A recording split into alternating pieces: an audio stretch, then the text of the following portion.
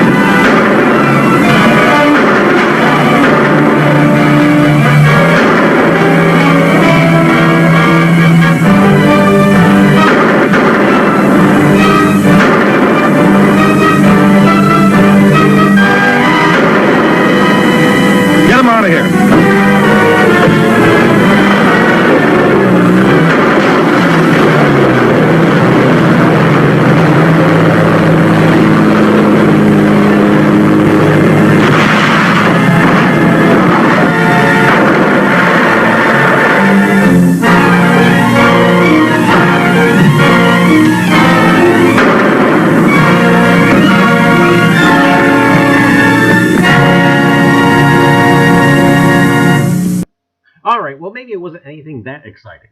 Anyway, gang, welcome to the live stream, and we'll see who is here. And, hey, there's Lou. Hi, Lou. Hi, Deej. Hi, KY. Oops, she's probably busy stabbing people. Hey, there's Amy, you misplaced Gooper Girl. Hi, hi. And Mike, Mallyman24. Hi, hi. David Carlisle. Hi, hi. Drum Detect. Hi, hi. And welcome to the live stream. Jersey History Hunters. Do it. And hey, welcome, Jimmy Cloak, hi, and Ambient, hi, Ambient, and welcome to the live stream, and Yeoman Gall, hi, and Miss Linda Wallace, hi, Diggin Richmond, hi, I tell you, welcome to the live stream, and Madison, Maine, hi, oh, you probably are snowed in up there, oh my goodness, I tell you, we lucked out, we just managed to catch a lot of rain and a lot of wind, but it seems like anybody just the next county north, why, they got bombarded. Anyway, welcome to the live stream. Oh, there's North Jersey Detector. Oh, that reminds me, I've got to call Eastern Pest Services. No, anyway. Hi, how are you? And welcome. Hi, Liz, how are you? All Metal Mike, hi. And welcome to the live stream. And we have absolutely zero notes. Everything is going to be video tonight for the most part. And you'll still have me here and there. And oh, nice haircut. No, this is actually my summer toupee. And probably shouldn't wear it. It's kind of cold out. But anyway, I tell you, welcome, and welcome to the live stream. And hopefully I got everybody. Oh, there's Scott or Kimmy, or it could be both. Hi, Scott and Kimmy. And welcome to the live stream. And here we go, ready or not. Hi, Jeep and John, how are you? And hopefully I got everybody. And if not, we'll try. Oh, North Jersey Detector says 12 inches light fluffy snow. Wasn't bad at all. Good. And oh, Drum says he got slammed. Oh, yeah. I was watching a live stream from Altoona, Pennsylvania, and they seemed like they had like a foot or foot and a half. And I tell you what. Anyway, gang, welcome And here we go. Should have been there for the afterglow. Things got way out of hand. Uh-oh. But anyway, gang, here we go. Ready or not? Now, tonight we've got some stuff for you. We've got a little history of train segment. And what's kind of neat, the history of train segment, this movie they did back in, I believe, 1940. Why, it basically has the locomotives and trains from the Pennsylvania Railroad, which was probably one of the earliest and biggest American railroads at one point. And then after that, we got a small clip about a dining car. And that just reminds me, oh, I found it. And see, I do have a little bit of notes after all, but not many. And we have a segment about a dining car. And then, gang, we actually have, that's right, we have a little recipe segment. That's right, we'll be making a Pennsylvania Railroad salad dressing. Yes, that's right. And you'll be able to see it on here, and we'll give out the recipe and whatnot. And that's kind of scary. But anyway, gang, that, and also, too, that's right, we'll be giving away a pack of Reiser's Treasure Hunting Emporium toilet paper. That's right, gang, you know it. It goes wherever you go for when you have to go.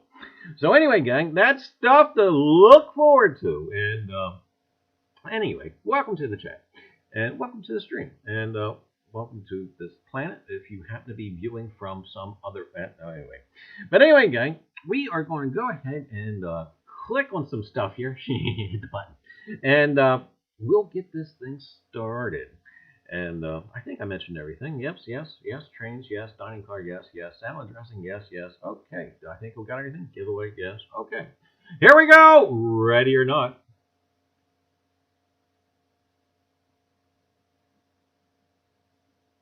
Maybe. If this cooperates. It should.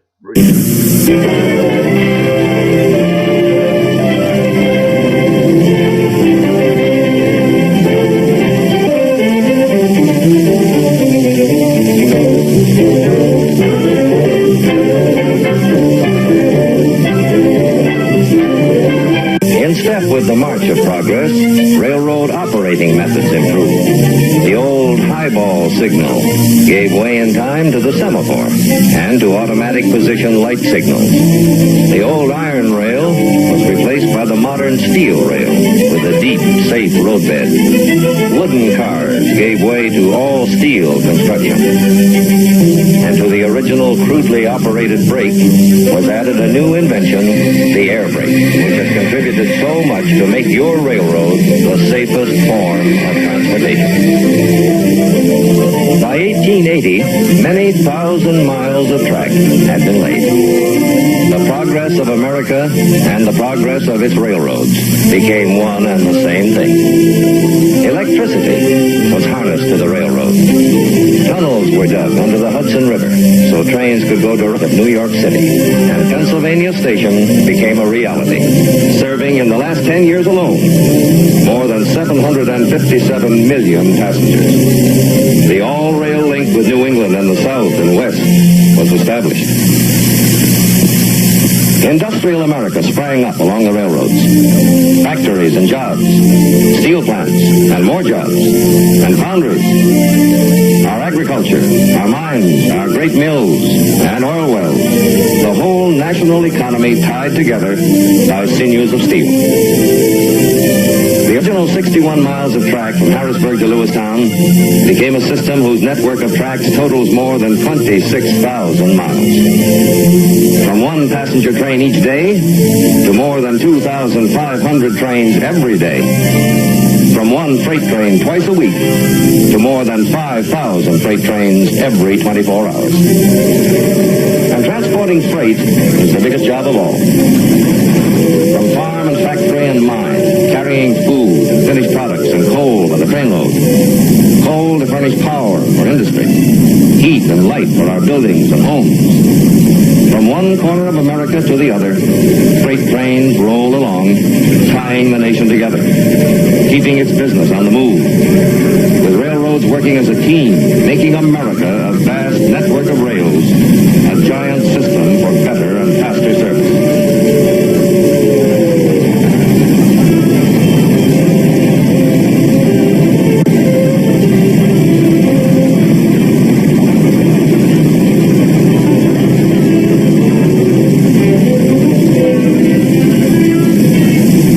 cars over the rails is only one part of railroading. Let's look behind the scenes of a great freight yard and see how cars are assembled into trains for fast through runs. This is known as the Hump Operation. Its speed makes possible today's fast freight limiters, which move on schedule just like passenger trains. As cars are received, they're pushed up an incline. On the way, they pass over an inspection pit. This is a regular check for safety. As the cars reach the top of the incline, called the hump, they are uncoupled, sometimes singly, sometimes in groups. From here, they roll to their proper tracks by gravity, 3 to 4 every minute. Masterminding this operation are the men in the control towers. The tower operator works from a teletype list, showing the numbers of freight cars and the order in which they will move over the hump. The tower operator, by manipulating small levers, sets the switches to route each car to its proper track. Another set of levers controls retarders, which reduce the speed of the car.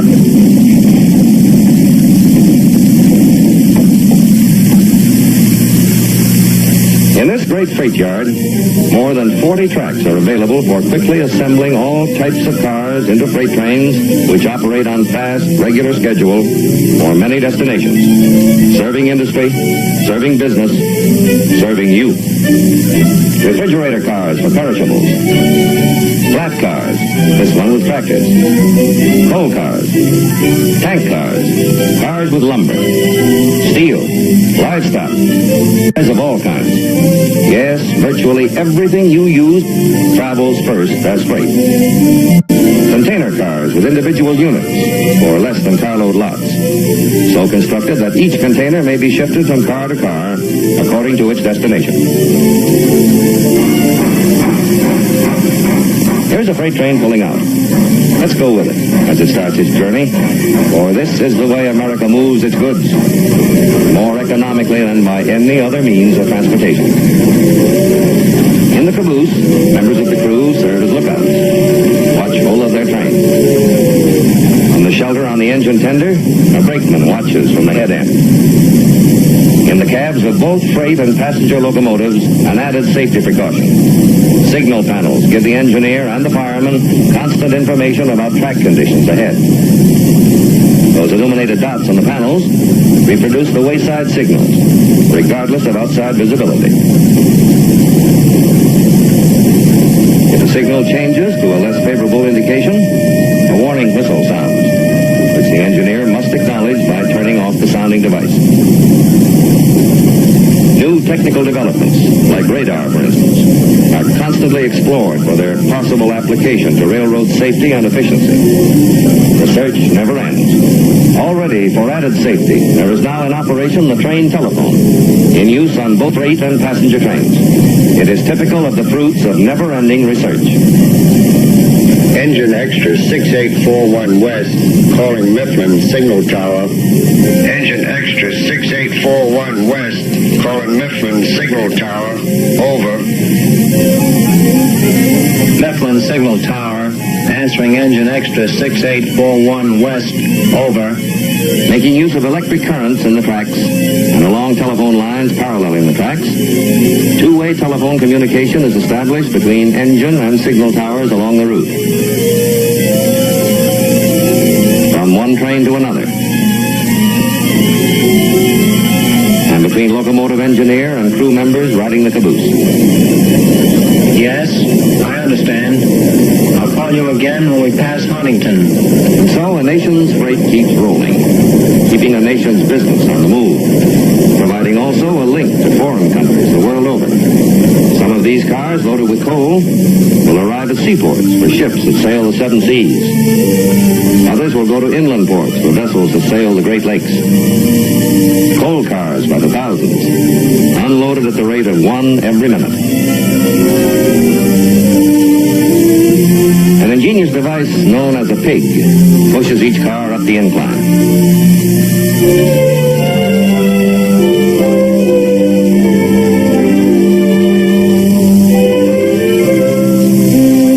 The car is then raised to the dumper and quickly unloaded.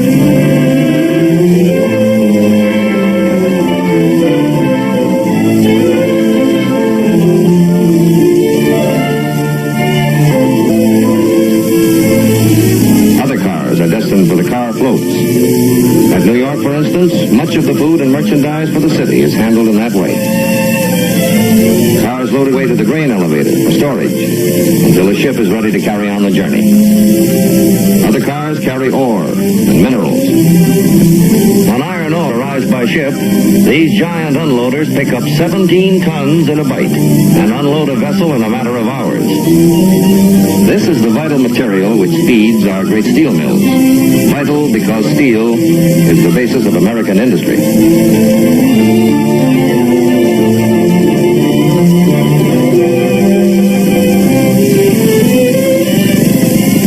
Still one other phase of this vast business of moving goods from one place to another is door-to-door delivery, which provides the last link in the chain of nationwide transportation service.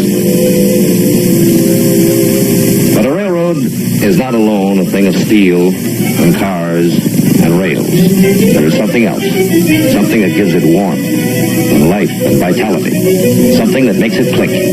Road men and women. Yes, railroading is people constantly trained for their jobs to give friendly, efficient railroad service. Take Jim, for instance, an engineer on a cracked blue ribbon train. Here is his locomotive, one of the biggest of a fleet of nearly 5,000 engines. It is brought out of the roundhouse, ready for its run. Its tender is filled with water and coal. And now it will be coupled to the train.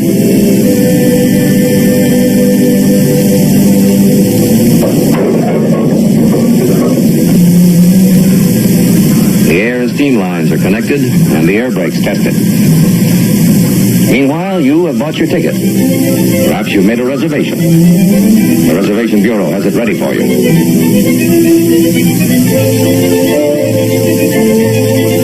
You may prefer the savings and economy of the air-conditioned reclining seat coach. Or perhaps you prefer the air-conditioned parlor car. Or a roomette, a bedroom, or master bedroom, or an overnight journey.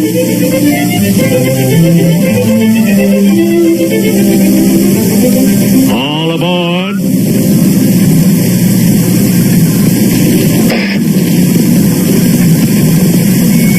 Jim slowly opens the throttle, and you are on your way.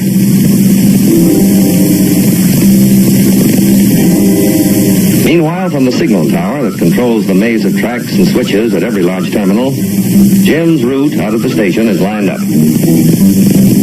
The model board displays every track, switch, and signal light leading into and out of the area controlled by the tower. The movement of every train within the area is indicated by changing lights on the board. Here we can follow the course of Jim's train as it moves out of the station.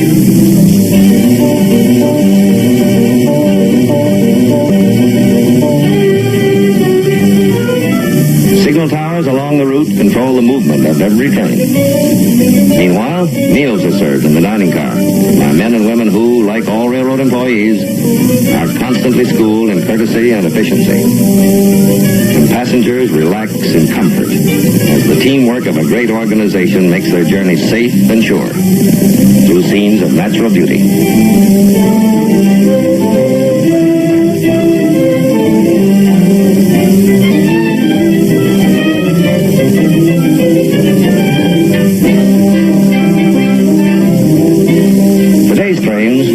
As they are about to be surpassed in beauty, comfort, and conveniences. New cars and new trains, more individual rooms for the privacy of yourself and your family. Beautiful coaches, finer lounge cars, all these are now being built to make tomorrow's railroad travel not only the safest, but the most luxurious the world has ever known. Progress, new services, improvements, and safety are the tools of the railroad team. Jim is part of that team, and the most modern automatic electric signaling system in the world guides him safely on. Jim knows the organization behind his job, which includes an army of maintenance men who keep the roadway in shape. Track walkers are constantly making their rounds of inspection. Then there is the train dispatcher's office, which directs the movement of all trains and keeps a record of their progress. Jim knows, too, that every signal tower along the way will be notified of its progress, and that each tower will report his time of passing to the train dispatcher. He knows that every point in the system may be kept in touch with at all times. Messages of every kind are constantly sent and received by teletype. Telephone exchanges permit instant communication to all points of the system. This exchange, just one of many, is big enough for a city of 15,000. Electricity, too, plays an important part in railroading. In areas of great traffic density, electrification speeds operations. This is the power director's room, where electrified trackage and the necessary lines are shown on a giant chart. Hot lines are indicated by lights. In another room, the load dispatcher makes sure that the supply lines from the powerhouses to the railroad are functioning properly. A battery of instruments records the load on every line. This tremendous power is at the fingertips of the engineer of the electric locomotive. Still another important part of railroading is the building and maintenance of equipment. You do things big when you build for the railroads. Giant castings made in one piece become the frames for modern locomotives. Driving wheels in an endless procession, accurately balanced, tested, and double-checked. Skilled craftsmen hammer and rivet to create these towering boilers. Other men build and repair all types of freight and passenger cars. New construction and maintenance on a broad basis. Welding flues for boilers. Melting iron for castings. Preparing molds. Checking. Grinding. Heating. Punching. These are just a few of the many big jobs which go on behind the scenes, with automatic lathes and precision machines helping to keep up the pace. A small forging is needed. A bigger piece for a bracket on a freight car. A mighty chunk, the driving rod for a locomotive. And all this activity follows a well-thought-out pattern to keep countless projects going and progressing all the time in order to turn out the stuff that keeps the railroads rolling. When finally a newly designed locomotive has received its last coat of paint, it is ready for a run in the locomotive test plant, the only one of its kind in America, where every engine becomes a colossal guinea pig, and where it is put through tests which simulate every condition encountered on the road. Ready for a test run under its own power, slowly at first while the experts watch every move.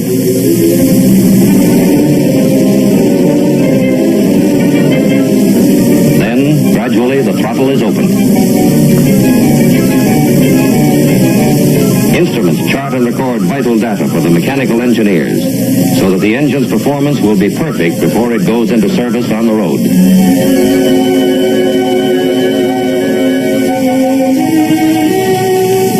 But let's go back to Jim. He has completed his run, which has taken him away from home overnight. He will rest now before his return journey in a railroad man's dormitory, built and operated by the railroad. Here he may wash up, meet with his fellow railroad men, play a game of cards, and get a comfortable rest. Meanwhile, the engines are thoroughly inspected, washed and cleaned, and made ready for their next runs. The types of locomotives come in for their regular checkup. These are electric engines, powered by 11,000 volts through overhead wires. Here is one of the new diesels. Modern railroads use all types of power. This giant is one of a great fleet of newly developed multiple-cylinder steam locomotives, which are now ready to haul tomorrow's brand new trains. Here is the power for the new era of rail transportation. Power which already has been joined by a newly developed steam turbine locomotive, which operates without driving rods or cylinders. For this is the age of tremendous transportation needs, and mass transportation is, therefore, the keystone on which the progress of America depends. In the vanguard of that progress are the railroads, moving America's goods, its people, economically, swiftly, and above all, safely, ever at the nation's service.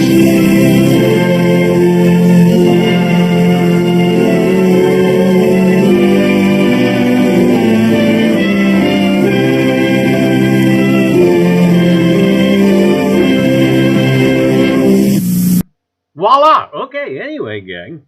All right, moving on. Well, we're going to talk a little bit about the dining car. Yeah, gang, that's right, the dining car. Now, before dining cars in passenger trains were common in the United States, a rail passenger's option for meal service in transit was to patronize one of the roundhouses often located near the railroad's water stops. Now, if you've ever been inside of a railroad's roundhouse, it's not the most pleasant place to eat a meal. It's greasy, it's grimy, it's dirty, and it's full of coal dust. But anyway, gang, fare typically consisted of rancid meat, cold beans, and old coffee. I imagine old and cold coffee. Such poor conditions discouraged many from making the journey. Most railroads began offering meal service on trains even before the first transcontinental railroad. By the mid-1880s, dedicated dining cars were a normal part of a long-distance trains from Chicago to points west, save those of the Santa Fe Railway, which relied on America's first interstate network of restaurants to feed passengers en route. The Harvey houses, located strategically along the line, served top-quality meals to railroad patrons during water stops and other planned layovers, and were favored over in-transit facilities for all trains operating west of Kansas City. As competition among railroads intensified, dining car services was taken to new levels. When the Santa Fe unveiled its new Pleasure Dome lounge cars in 1951, the railroad introduced the traveling public to the Turquoise Room, promoted as the only private dining room in the world on rails. The room accommodated 12 guests and could be reserved anytime for private dinner or cocktail parties or other special functions. The room was often used by celebrities and dignitaries traveling on the Super Chief. Edwin Catchell was a steward for more than 25 years in the dining car department of the Great Northern Railway.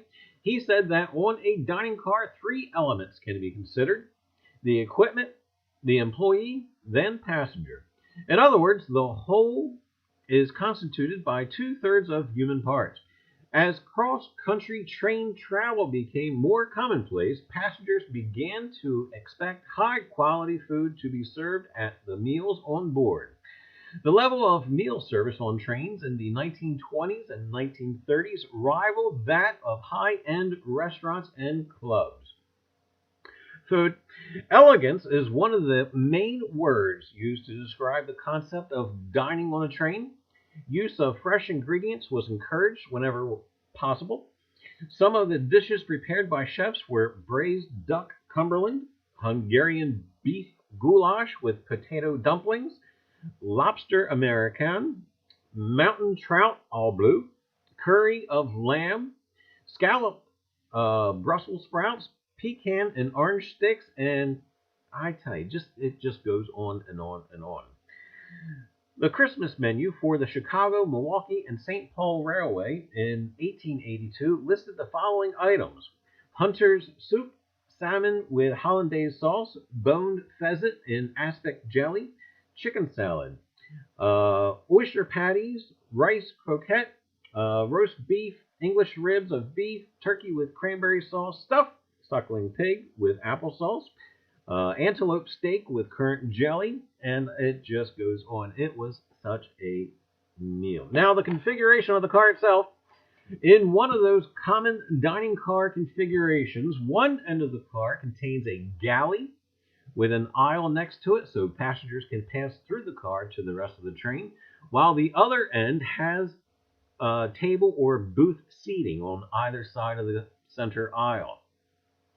Trains with high demand for dining car services sometimes feature double-unit dining car, consisting of 2 adjacent cars functioning to some extent as a single entity. Generally, with one car containing a galley plus table or booth seating, and the other car containing, basically the same thing. In the dining cars of Amtrak's modern bi-level superliner trains, booth seating on either side of a center aisle occupies almost the entire upper level, while the galley is below. And basically food is sent up via dumbwaiter. Dining cars enhance the familiar restaurant experience with the unique visual entertainment of the ever-changing view. While dining cars are less common today than in the past, having been supplemented or in some cases replaced altogether by other types of food service cars, they still play a significant role in passenger railroading, especially on medium and long-distance trains. And there you about have it. Now, I tell you what, last time I've eaten on a train, like actually in a dining car, it was probably a little bit better than a decade ago. About a decade ago, I guess. And yes, the food is still quite good. But anyway, to give you a visual idea of the dining car, have a look at this. Okay, there's no sound on this clip, but it'll give you an idea. Now we got some guy here making something. I don't know if that's ham, spam. No, that's ham or what he's got there. And looks like he's got some deviled eggs. Maybe it's on top of a plate of rice there. And here we are actually inside the dining car. It always amazes me. Hopefully the track is good. Otherwise, you know, those waiters had to have some pretty good balance. And there's yours. Yep. And there's yours. Yep. And Sonny, don't. Okay.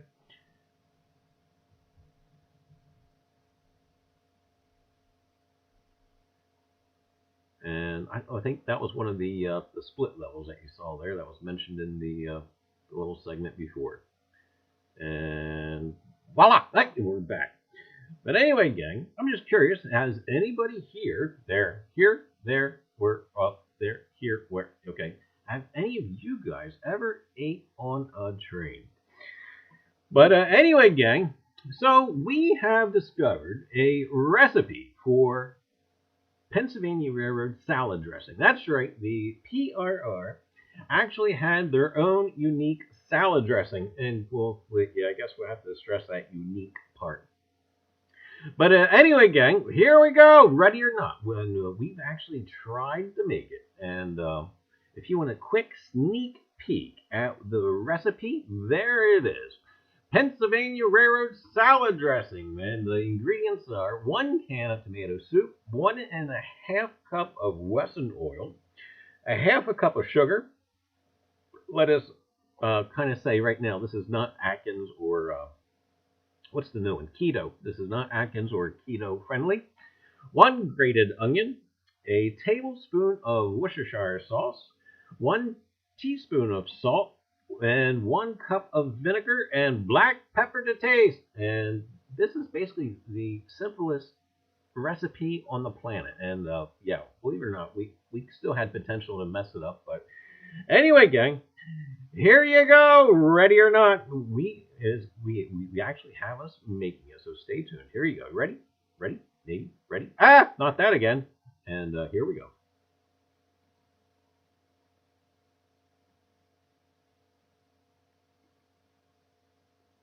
Maybe.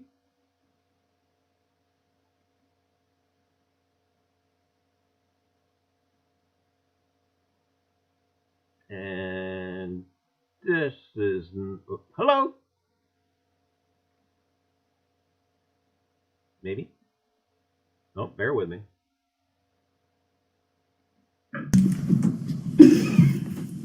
All right, gang, here we go. All right. Pennsylvania Railroad salad dressing. Yes, gang, that's right.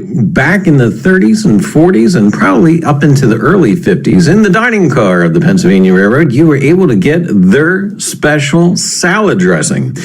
And we actually found a copy of that recipe to give it a whirl, give it a shot, and kind of act like we know what we're doing when we absolutely have no idea whatsoever. But we'll try and make it look good. But anyway, gang, here are the recipes, and take a look at this.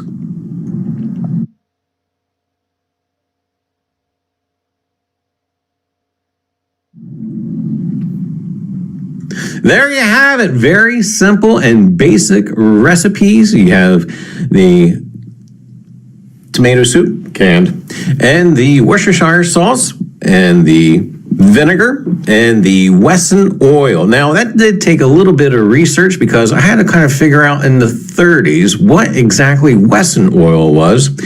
Well, it seemed the Wesson company actually started out making vegetable oil, I believe, so we went with that. And then, of course, we got our salt and our pepper and got some onions there. We have a red onion and a sweet onion.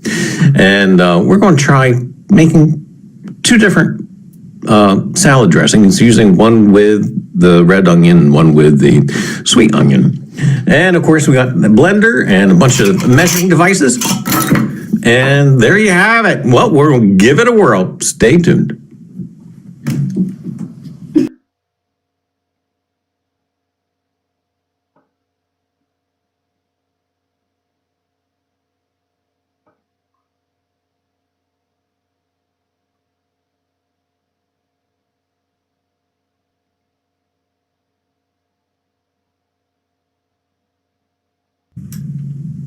All right, gang, here we go. And we have our helper, Allie. Say hi, Allie. Hi. Hi. Okay, here we go. Allie's going to add in the can of tomato soup. Here we go. Live and in person. Here we go. Do it. Do it. Do it.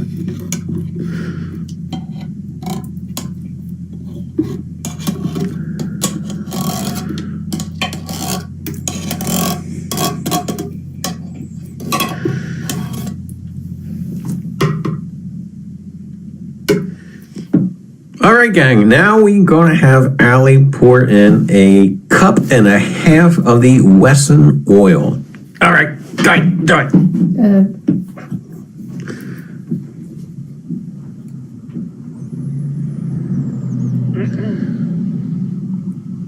Right there. All right, here goes 1 cup.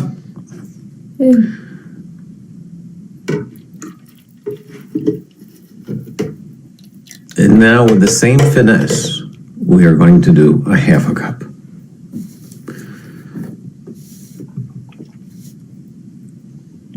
Half. Where's half? Okay.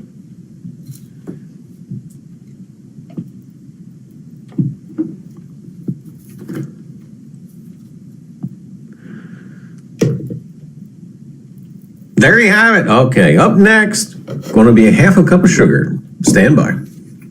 All right, gang, here goes the half a cup of sugar. Now, if you can't tell yet, this salad dressing is not going to be keto friendly or Atkins or generally very good for your overall health. But anyway, here we go, half a cup of sugar.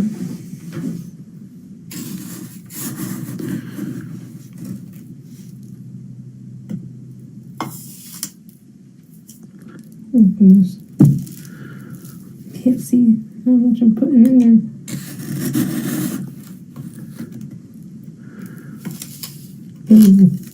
All right, now put it down flat. What you got? Half cup. Half cup. Dump it in.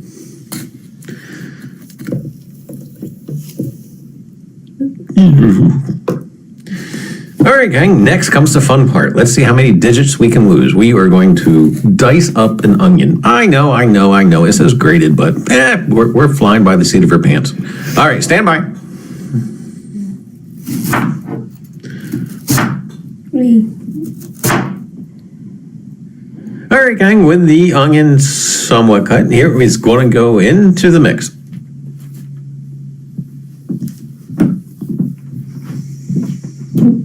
And on the floor. And back on the table.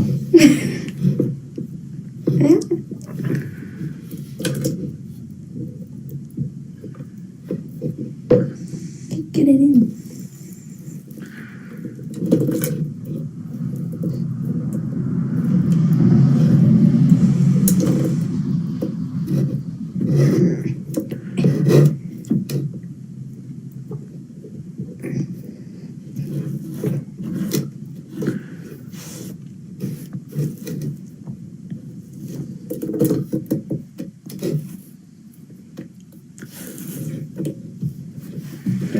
right, gang, here we go with the 1 tablespoon of Worcestershire sauce. Now, I tell you what, gang, I love Worcestershire sauce, even though my impulse is to put double the amount in, but no, we'll stick to the recipe, and we'll only put 1 tablespoon in.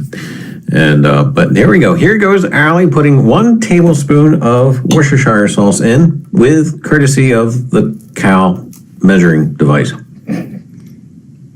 Moo. Moo. It really needs more. I think it needs more. I think we should put more than just 1. All right. In the batch it go. What finesse? I tell you, not a drop spill. All right, stay tuned. All right, gang, here we go. 1 teaspoon of salt, courtesy of the GAW measuring device. It's a lamb. That is a lamb. Is the other one a cow? Yeah, it's a cow. They're farm animals. How about that?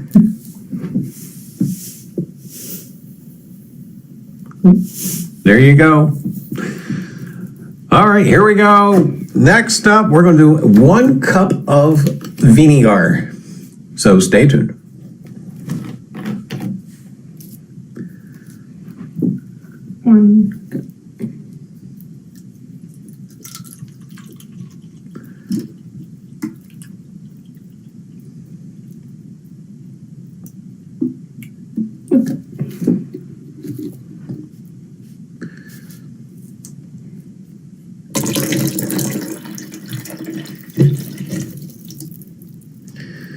All right, gang. And up next, it says black pepper to taste. Now, what do you think we should do with black pepper? Should we add a little, add a lot? A little? All right, I'm hearing a little. Go ahead.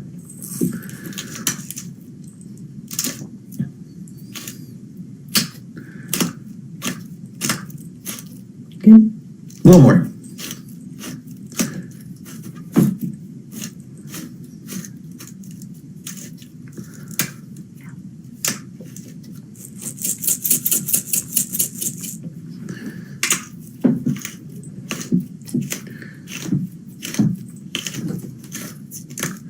All right, gang, here comes the fun part. We're using the blender. Now we're going to make sure we have that lid on tight and snug. That way we don't wind up with Krakatoa or Mount Vesuvius or anything else and we get crowned by Sandy. All right, gang, here we go. Blending away.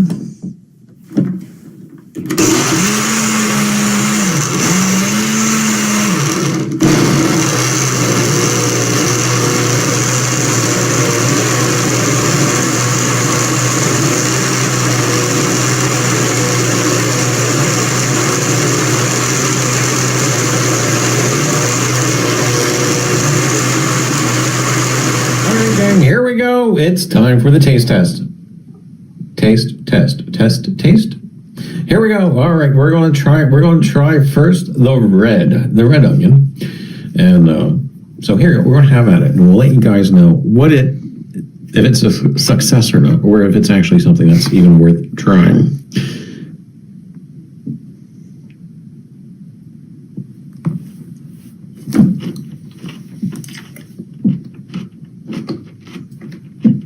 Actually, not bad. I wish I could tell you what it tastes like, because it has the appearance of like French dressing, but it does not taste like French dressing. And the red's a little bit runny.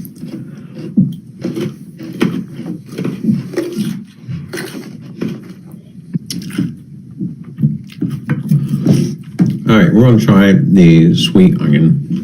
I'm going to finish trying the red. Go ahead.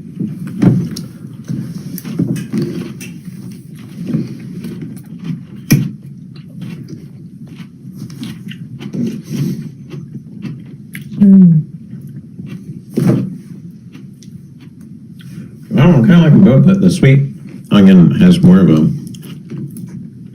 kick.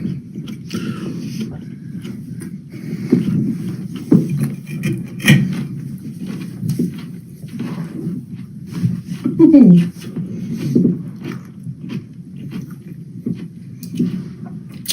don't know, gang. There you have it. Well, salad dressing. That's exciting. All right, gang. Well, that was our excuse to talk about the Pennsylvania Railroad, and yeah, I think we've about had it. So there you go. If you want to make your own salad dressing, I take it for what it's worth. All right, gang. Here we go. Stay tuned.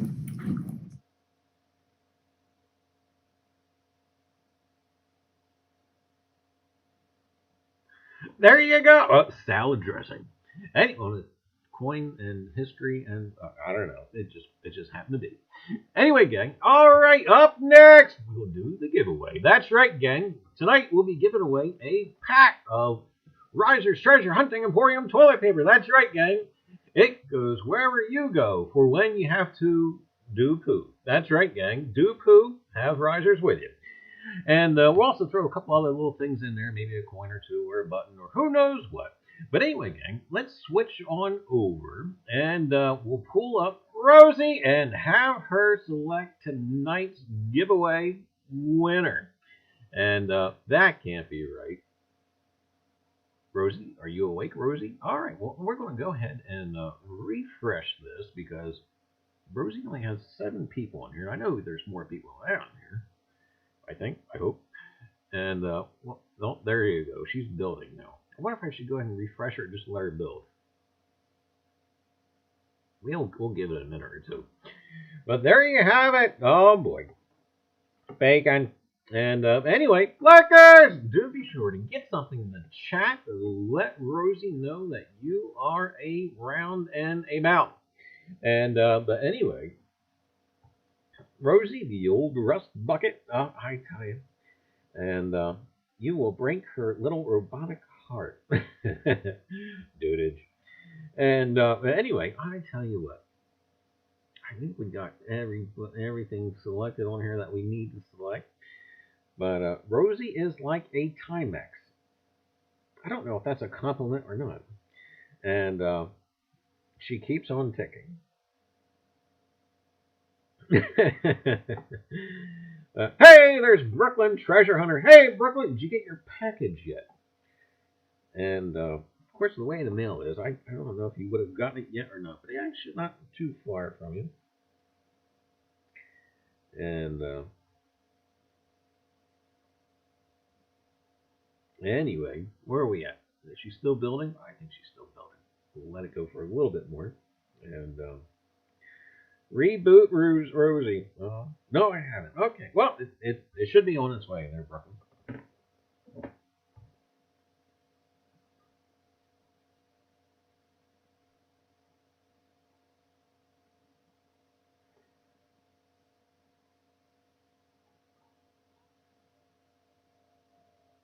And now she's losing people. That's not right, Rosie.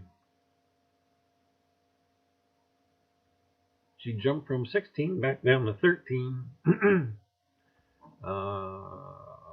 What should we do?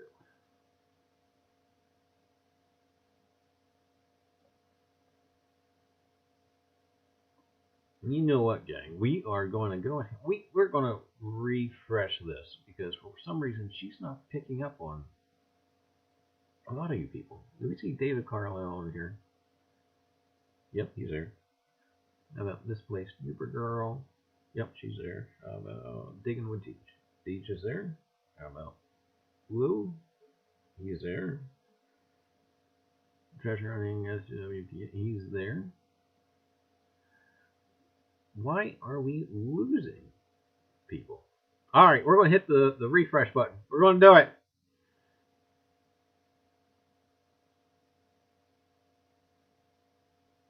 Rosie too busy eating salad dressing. She is such a fickle bot, I tell you. All right, there we go. All right, now, be sure to get something in the chat. Now, hurry up, do it. Anyway, demanding, right? There she goes. Now she looks like she's building. We'll give that a few more seconds, and we'll get it on there.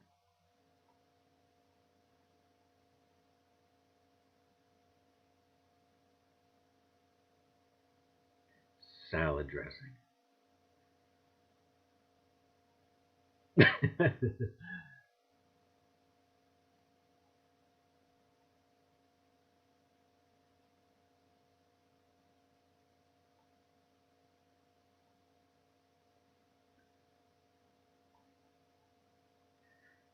Bacon fried spam.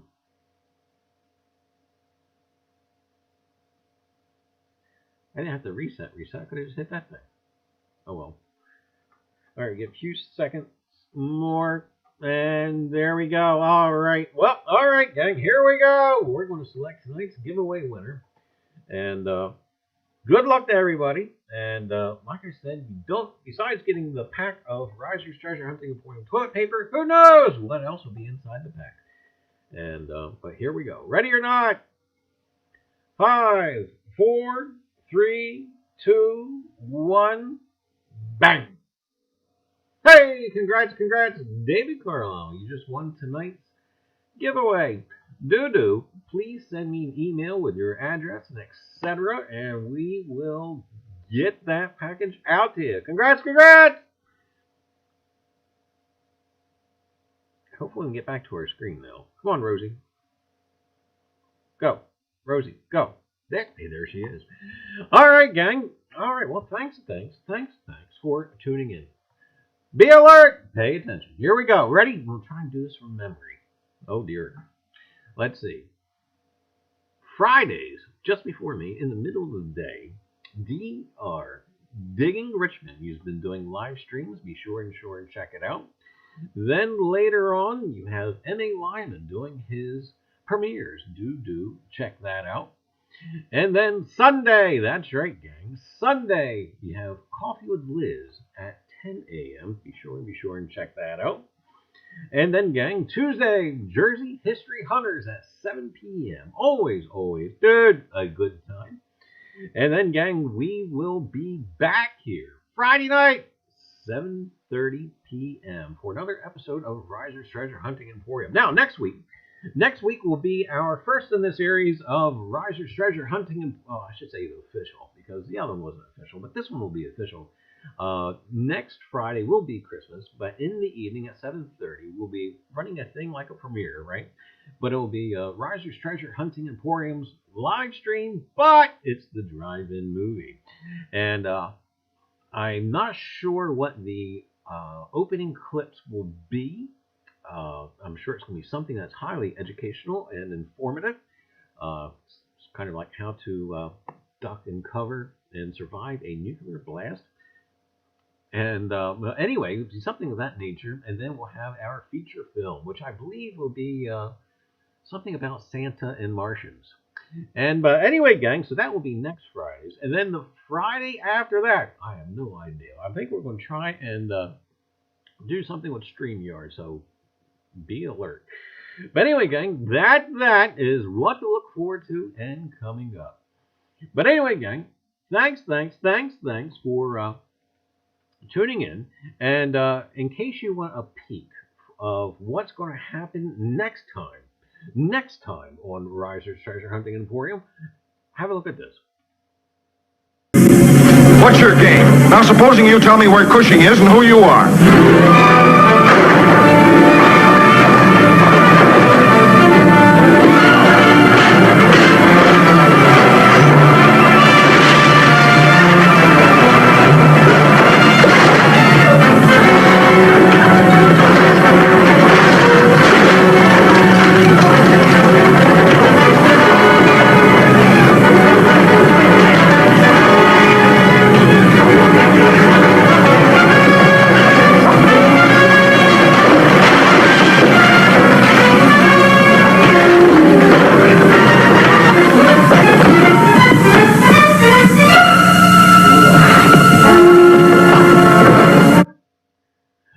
Maybe it won't be anything that exciting. But anyway, gang, until next Friday, have a great night, and the treasure won't find itself. You got to get out there and look for it.